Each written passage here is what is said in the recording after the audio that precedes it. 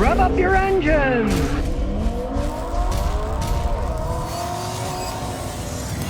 Well, summer's on its way and we may be facing a gas shortage. No, not because there's not enough gas, but there's not enough to drive the tanker trucks to fill up the tanks at the gas stations. Realize all these companies, when the pandemic came, people were buying less gasoline. Guess what? They laid off, fired the drivers, and now they don't have enough drivers. And it's not as simple as you might think. It takes a long time to train them. It's a pretty crappy job, driving around with thousands of gallons of flammable liquid behind you and emptying it out in each of the stations, breathing in fumes. Job that people aren't very thankful for. They buy the gasoline, you know, I mean, my old man ran a Texaco gas station, so I know what it's like, but most people don't. So not only did they lay these guys off, but it's like everything else. The people who actually work hard in this country, it's becoming an elderly population. It is. A bunch of them have retired. They're like, I've had enough of this crap, I'm going to retire. And now there's nobody to replace them with. We might have a gas shortage, and the price of gas, of course, will go up as per usual because they can't have drivers to drive the gasoline around. And this kind of reminds me what I was talking about before about the governor who wanted to shut the oil pipeline down between Canada and the United States. Where all the drivers and stuff are going to come to transport that stuff if they're going to close down the pipeline? You know? All out of it has to do with greed and stupidity. In this case, it's a combination of greed and stupidity. They don't have anybody to deliver it now because they laid them all off, and they're like, oh, gee, what are we going to do now? So, of course, they'll probably raise the price so they can make more profit. If they can't sell as much fuel, they'll try to get more money for it. Just like a lot of these car dealerships now, they can't make the cars, so they're deliberately keeping amount of cars on each lot low, so there's lots of them, so they can charge more for them. It's not right. You know, I don't care. It's not right. Drivers, they weren't treated right either. They didn't deliver the fuel. Maybe people will appreciate the tanker drivers. I doubt it because they're never going to meet them in everyday life, but there's ramifications of everything going on, and one ramification of, well, we will probably pay more for our gasoline and there'll be less of it to go around. Now here's something you may never have thought of. Your car's color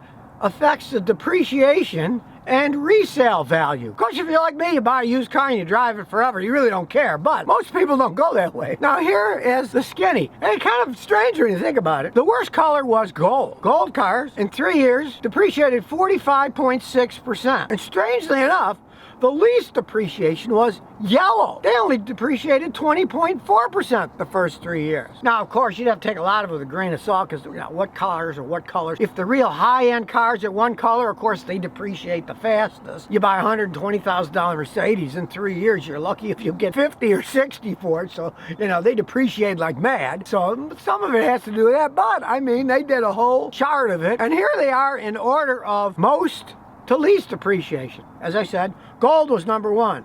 Then brown, purple, black, white, silver, blue, red, gray, green, orange, beige, and yellow. So really two of the most bizarre ones, orange and yellow, are on the top three.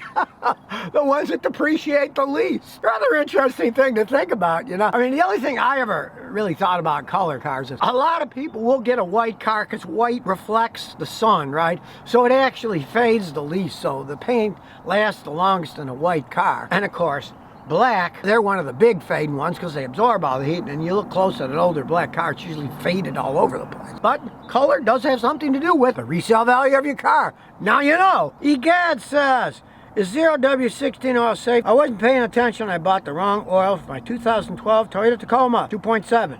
The recommended is 020, but I put in 016. I haven't drove it. Should I drain and refill it or wait till the next oil change? I would drain and refill it because it was really made for the 0W20 oil, which of course is cheaper than the 0W16 oil. You bought the more expensive oil.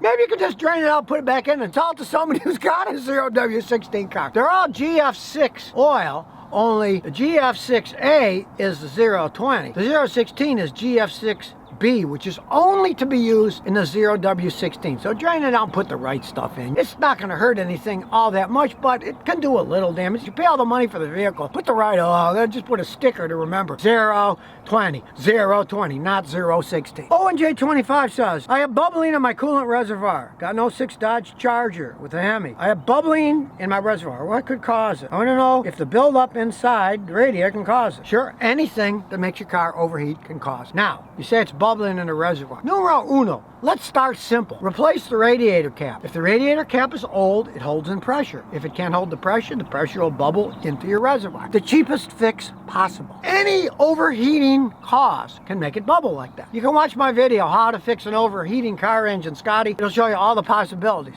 Now, that is a Hemi engine. People do dog them. If the radiator cap doesn't fix it, the first thing I'd do with you would be I'd check for a blown head gasket, which you mentioned in your question too. Watch my video, How to Tell if your head gasket's blown, Scotty. Just watch it. You get that kit. You can get a kit at Amazon for like 35 bucks. Test it. And if it is starting to blow, then you got to decide, do I want to rebuild this engine? It's going to cost a fortune. Do I want to try a little sealer to try to hold it for a while? What do you want to do? But don't guess.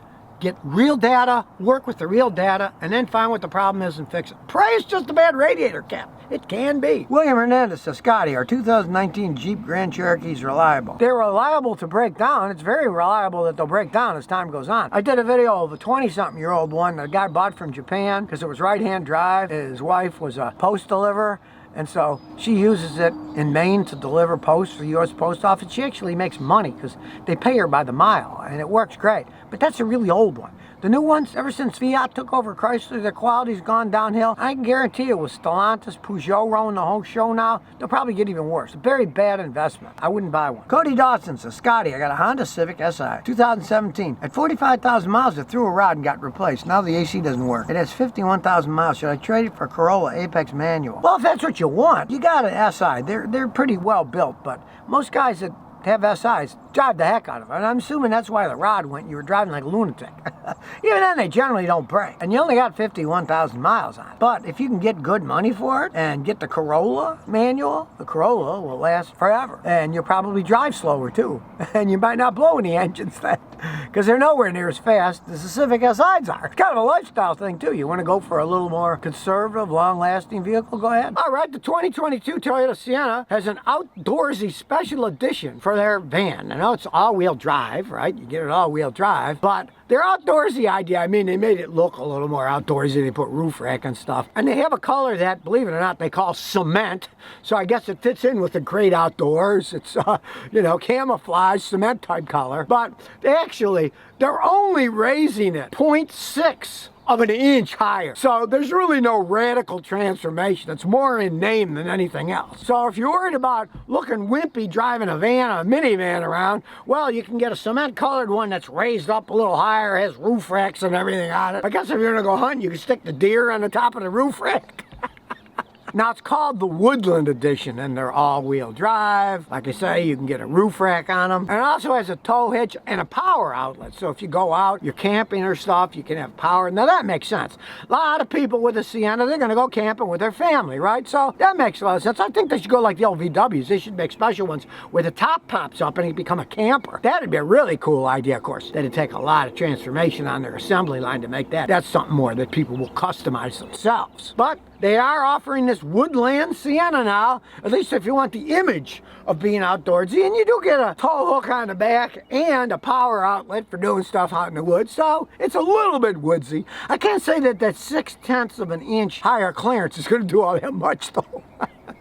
Prime Normal says, what if Elon offers you money, Scotty? Love your videos. I saw your video exposing Elon Musk and Tesla. You're not a big fan of it, but Elon Musk is a millionaire and he goes after all his critics. Remember when he sued Top Gear and Jeremy for saying bad things about Tesla cars? So if Elon Musk would offer you, say, a mere $5 million to take down your anti-Tesla videos to publicly advocate their cars, would you do it? Well, no, I wouldn't do it, because I'm here, being honest, I'm having fun. That's my legacy. One day when I'm dead, what are people going to say? Oh, Scotty, he just took money from anybody and said whatever he wanted. What a scumbag, you know? No, I'm out here to help the average American, the average anybody in the world. This is the internet, after all, goes around the whole planet. Help with their cars, maybe even life decisions. You know, I've worked out pretty well in my life. I can help younger people out. Tell them, hey, maybe this career, maybe that career. Give a little philosophy my father gave me that was good. His bad philosophy, I just swept under the rug. But the good one I kept in my head. I wouldn't do it because I'm not that type of person. And anyways, he's too cheap. He's not going to offer me $5 million. Not that I'd take it, but That's never going to happen.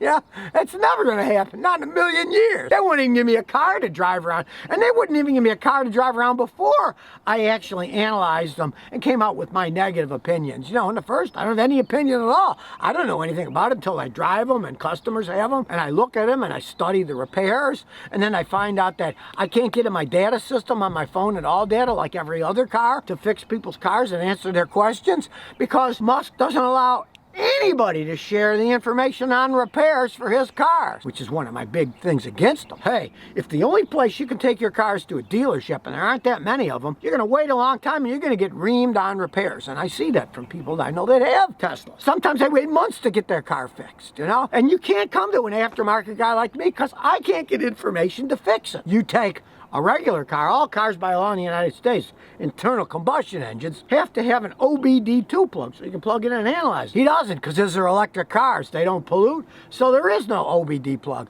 So you can't get the information. They're high-tech electric cars. You'd need a lot of electric information, right? You can't do it because he doesn't even have that plug. He doesn't have to go by that system because they're electric cars. Do a little bit of research before you buy one of those things if you're smart. So if you never want to miss another one of my new car repair videos, remember to ring that bell.